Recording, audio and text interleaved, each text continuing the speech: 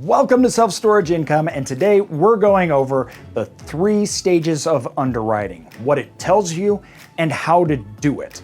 This is a very specific breakdown because all 3 parts are different, and you need to know all 3 to be successful in self-storage or any other asset class. Underwriting, specifically, what does it tell us? The 3 things that you need to know and how to do it. Meaning, should you buy that asset or not? What should you pay? And then what should you expect, plan for, and execute on? These are 3 fundamental things that every single person needs answers to, but you underwrite them differently, each one. So here are the 3 things that underwriting should tell you. First of all, what should I buy? Second, what should I pay for it? And 3, what should I plan on? What's the future look like? They're all different ways to underwrite. Let's start with number 1, the buying decision. One of the most common questions that I get asked, is this a good deal or not? I don't know. In order to know if you should buy that or not, basically we are looking at the opportunity today, the spread of what that asset is doing, what it should be doing, that opportunity that is on that table.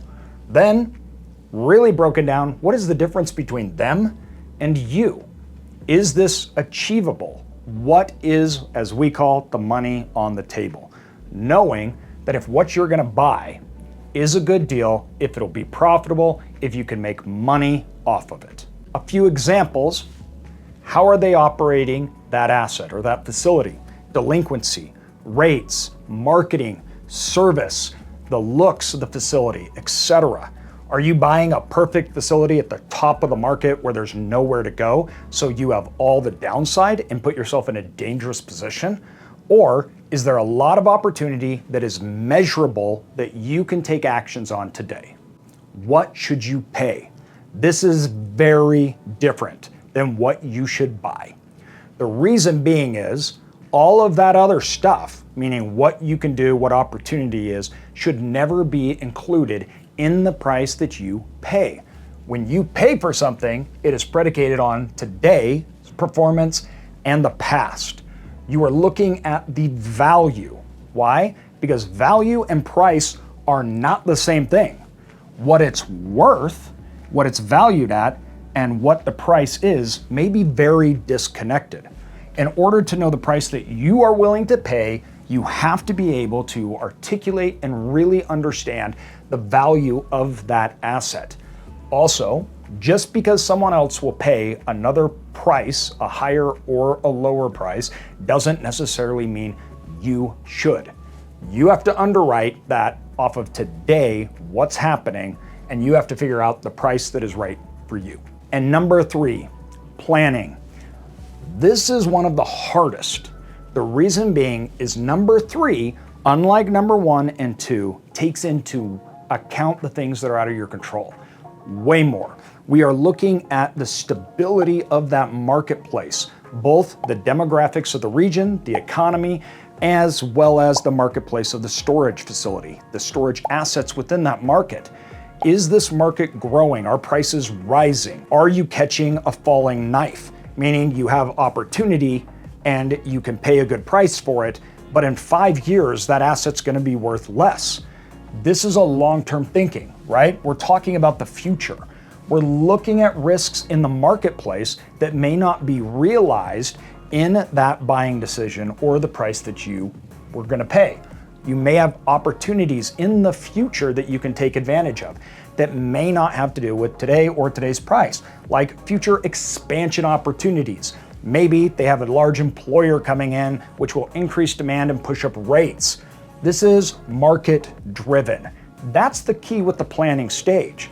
Understanding the future, long-term vision of that asset in that marketplace and what you will be needing to do for the ongoing future. You don't want to make a buying decision and pay a price, even if both of those things work out, to something that long-term has risk, will be devalued and is out of your control. But today, we are going over just the buying decision and the price that you will pay. These are very closely related, and these are the things that are in your control. So we want to look at how you do these things. They're very different, but they are related. So today we'll figure out if I should buy it or not, and what should I pay for that asset. How do we understand that?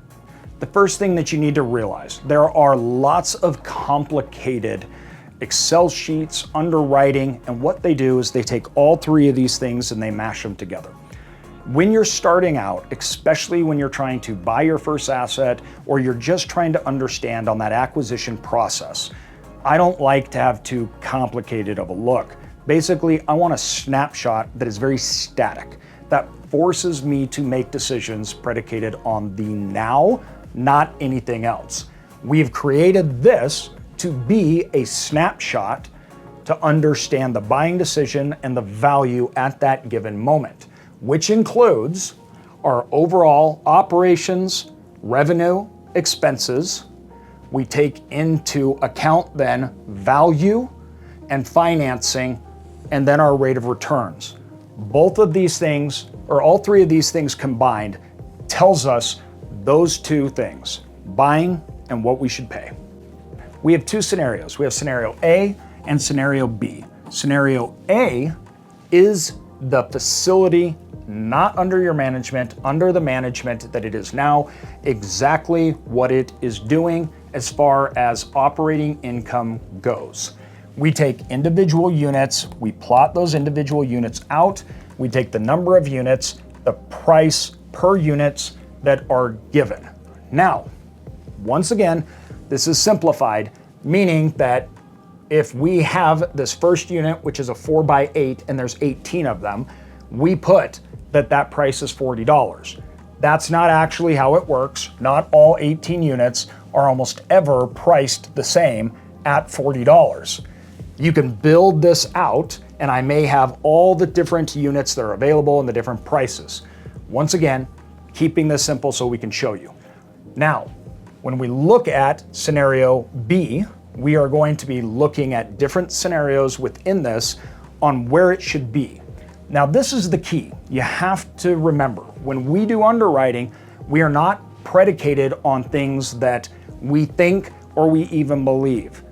When we're looking at this buy option, it is only on measurables. So this scenario B here, we have to be able to measure the outcomes, and we have to be able to show that. It's one of the things that we do when we're looking and doing feasibility for people's storage facilities to tell them what we think of the asset in the market.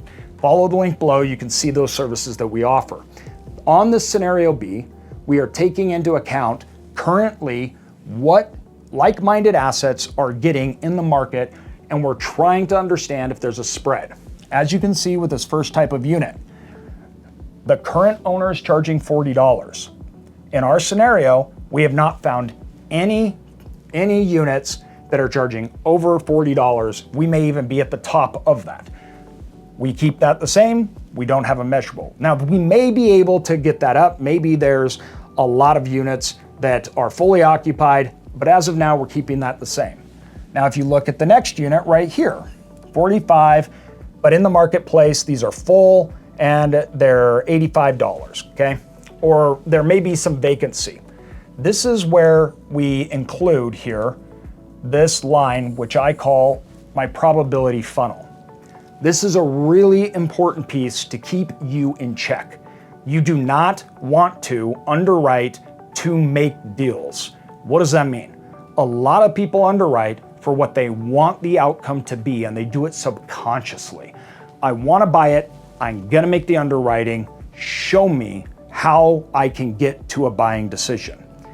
Very dangerous. Most people don't even know that they're doing it. They start justifying things, and they start doing things that maybe not even reality at all. That's why we measure. Probability means the probability that I believe we can achieve this rate. This is going to tell me and should really keep me in check at the likelihood of the outcomes that we want to be delivered. Generally speaking, the probability funnel that we utilize This is something that we do off really how we feel about the market, but it includes 3 different things. Measurable prices in the market includes vacancies and like-minded assets, meaning that if we see in the market we have $85 as being achieved at this 6x8 right here, we say that's known. But there may be vacancy in that market. And also that $85 in the market may be being achieved by an asset that's a little better quality. So we're saying, it's possible, but maybe it's not likely. In those circumstances, when we have a 70%, we will come in and we will reduce this number. We're saying we're not gonna, it may be possible, but we don't really know if we can. Let's find that, let's adjust that down to like-minded assets that have really, really tight occupancy. Like this, our 8x8s, they're getting $50. We look in the market's selling them at $96. There's virtually no vacancy and all of them are being achieved, even like-minded assets. That gives us a 95% probability rate for that number, and so on and so forth.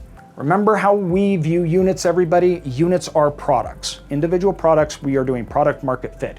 We are selling them on the open marketplace. We have to figure out what their value in the marketplace is. And that consists of quality, supply, and demand, and the individuals that are buying that and what they're using it for. Once we get to the bottom, we tally up our whole thing after adjusted. We have the current existing actual income. This is important. This has to be verified, all right?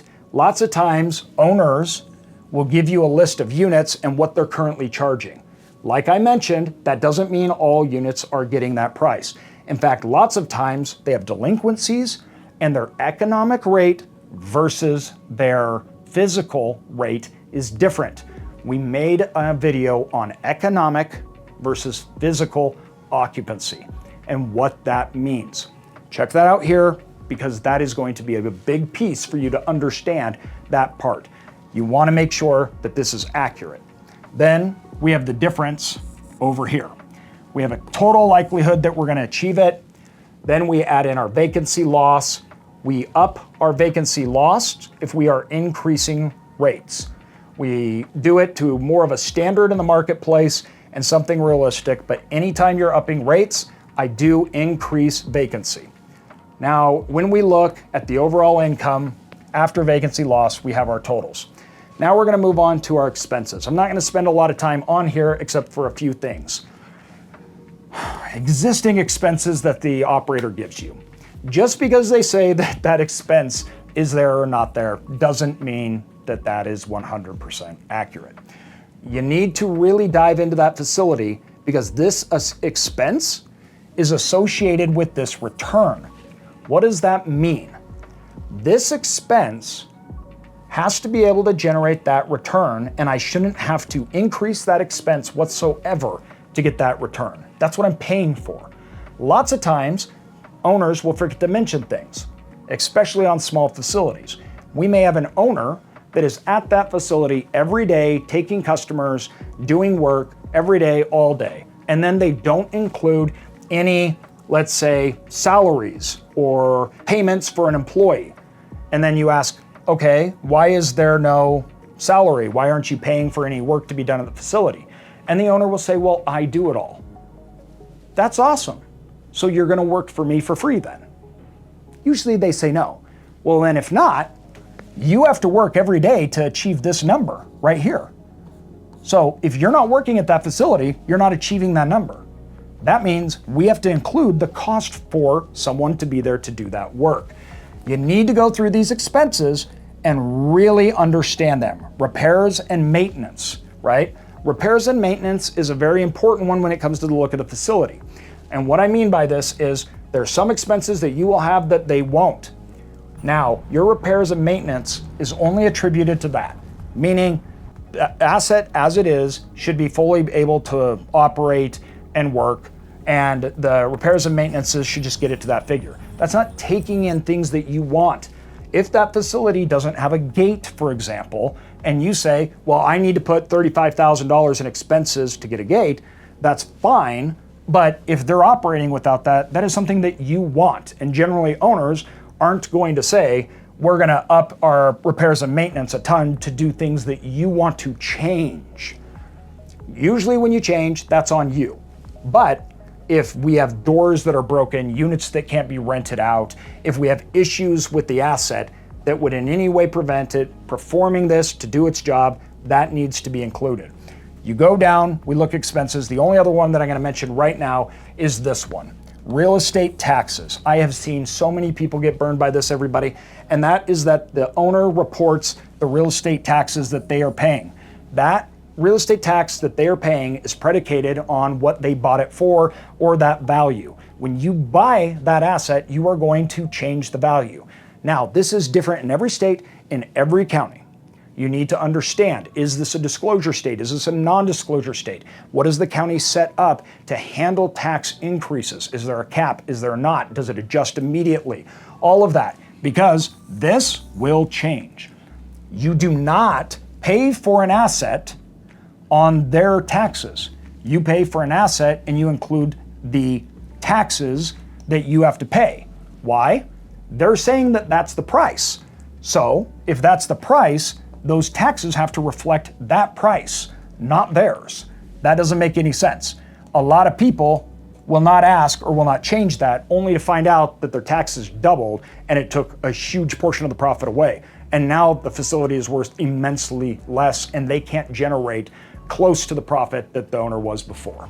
All right, looking at net income, we take this. When you buy, by the time that you make a decision, by the way, the probability funnel, everybody, for your overall expenses needs to be 90% or higher, meaning that by the time you're there, you should know exactly the expenses you need. You should have quotes, you should understand exactly what it's gonna take.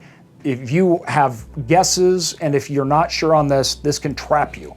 That is a very, very important piece, everyone, okay? That is not something that we will allow for laxed, maybe like the revenue, to find achievable. That needs to be known. Now we have a big difference here, 63 to 111,000. Remember everyone, this is an actual facility that we actually underwrote, and these are our actual numbers, and we are being conservative on this. All right.